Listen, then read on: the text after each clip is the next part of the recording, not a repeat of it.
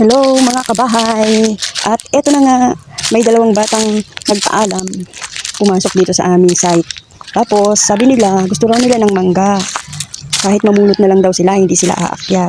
Kaya nagpaalam sila, hindi silang mangga dito. Siyempre ako naman, tinayagan ko. Sabi ko, pulutin nila yung mga mangga na hinog na nalalaglag hanggang sa mapuno yung kanilang bag. Ang dami nilang nakuha oh. Tapos, nung medyo nagpahinga-pahinga na sila ng konti, hala, sinabi kong vlogger ako.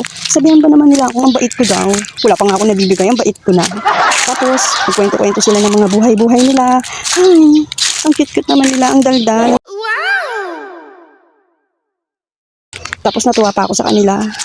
Ang lakas ng loob nila na ikwento nila yung buhay-buhay nila, kung ano yung mga nangyayari sa bahay nila, at kung paano nila nakakasama yung mga magulang nila. And by the way, may naisip akong paraan. Siguro sa maliit na halaga lang.